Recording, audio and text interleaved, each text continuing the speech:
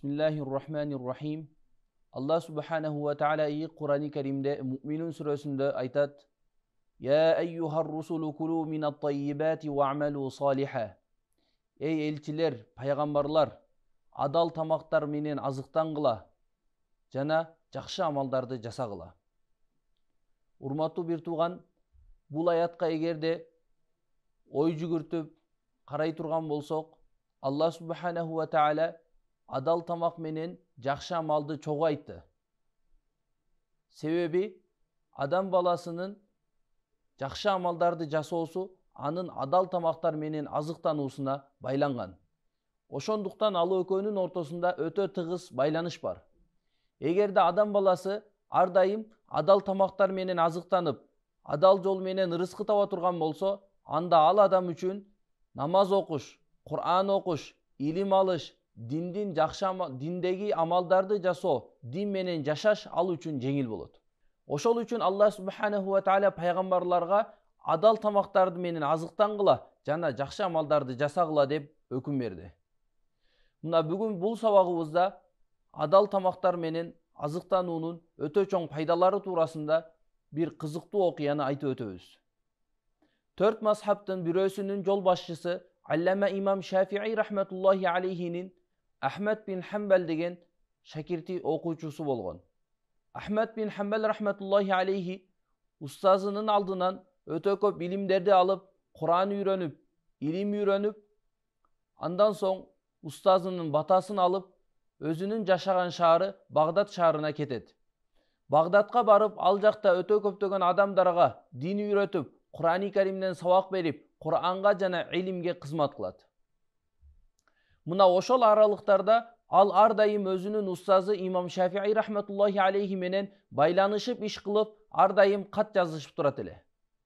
Бир жолу имам Шафии рахматуллахи алейхи шакирти Ахмад бин Хамбалга: "Эй Ахмад, баланчы числодо бизге Мисирге зияратка келгиниң" деп айтат.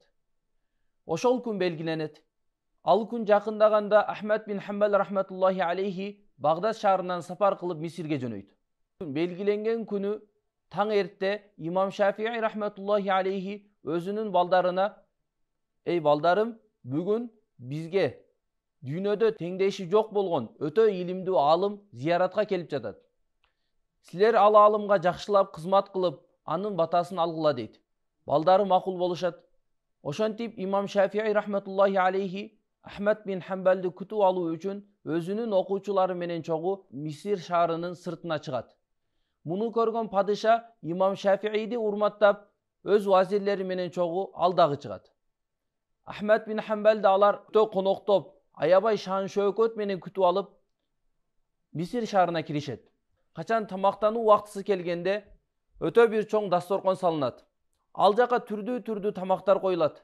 Ахмад бин Хамбал рахматуллахи алейхи кайсыл нерседен биринчи тамактаны баштаса, имам Шафии рахматуллахи алейхи да ошол нерсени жеп баштайт. Анан Ахмад бин Хамбал вакыт өтүп аябай бат тамактанып баштайт жана өтө көп тамак жейт. Тамактанып бүткөндөн соң имам Шафиидин балдары атасына келип: "Ата, сиз бизге мактаган алым ушулбу?" дейт. "Сиз муну дүйнөдө теңдеши жок өтө чоң алым дедиңиз эле, бирок бул алым тамактанууда өтө бат тамак жеди жана өтө көп тамактанды. Бул кандайча болуп калды ата?" дейт. Ошондо имам Шафии рахматуллахи алейхи: "Балдарым, силер андайды ойлогула. Бул алым өтө чоң алым" дейт. Анан ошол күнү кеч кирип, таң намазы болгон учурда Ахмад бин Хамбал рахматуллахи алейхи мечитке намазга кетет. Имам Шафии рахматуллахи алейхинин балдары бир бөлмөнү дайындап, ага төшөк салып, жана бир идишке кумганга суу даярдап коет. Бул таңкы багымдат намазына, дааратына иштетет деген максатта. Ахмад бин Хамбал рахматуллахи алейхи куптан намазынан кийин келип, бөлмөгө кирип кетет. Эрте менен таң атат. Багымдат намазынан кийин жанагы жаш балдар бөлмөгө тазалык кылып, кызмат кылуу максатында Ахмад бин Хамбалдын бөлмөсүнө киришет. Караса, жанагы идиштеги суу ошол бойдон турат экен, иштетилбептир. Анан алар ойлойт: "Бул алым багымдаттагы окуп аптыр" депчи. Ошол дерде дароо атасына барып: "Ата, сиз мактаган алым багымдатка да турган эмес экен. Биз койгон суу ошол бойдон иштетилбей туруптур дейт. Муну уккан имам Шафии рахматуллахи алейхи Ахмад бин Хамбалды чакыртат. Качан ал келген учурда Ахмад, сен биздин жаныбыздан кеткенден кийин, биздин алдыбыздан кеткенден кийин өзгөрүп кетипсиң дейт. Анан бардык окуяны айтып берет. Ошондо Ахмад бин Хамбал рахматуллахи алейхи устазын карап, жылмайып туруп, устаз дейт, маселенин бардыгы сиздер ойлогондой эмес. Эң биринчи маселе, мен тамактанууга олтурган учурда өтө бат тамактандым жана өтө көп тамак жедим. Анын себеби, качан дасторконго тамактар коюлган учурда Аллах Таала мага асмандан ошол тамакка түшүп жаткан берекелерди, нурларды көрсөттү. Мен өмүрүмдө андай таза тамакты көргөн эмесмин. Ошондуктан менин жүрөгүмдө ой пайда болду. Эгерде мен ушул адал тамакты жей турган болсом, сөзсүз менин дилиме, илимиме, амалыма пайда болот деген ой менде пайда болду. Мына ошол себептен өтө бат тамактандым жана өтө көп тамак жедим. Натыйжада ошол адал тамактын себебинен мага эки пайда болду. Эң биринчиси ибадаттан болгон пайда. Аллах Таала мага ошол адал тамактын себебинен түнү бою багымдатка чейин, куптанда алган дааратым менен багымдат намазына чейин ибадат кылып, Аллахка жалбарып, дуа кылып чыгууга Аллах мага мүмкүнчүлүк берди дейт. Ал эми экинчи пайда илим жактан болгон пайда.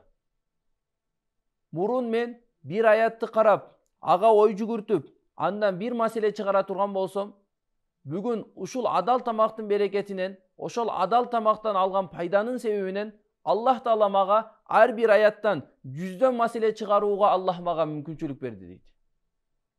Урматтуу бир туугандар, бул окуяда аяттан маселе чыгаруу деген сөзгө көңүл бура турган болсок, Кур'ан хадисти жыйынтыктап, анын маани максатына ой жүгүртүп, андан үммөттүн жашоосуна пайдалуу болгон, керектүү болгон маселени чыгара билген терең, чебер, илимдүү алымдарды муштахид деп атап коет.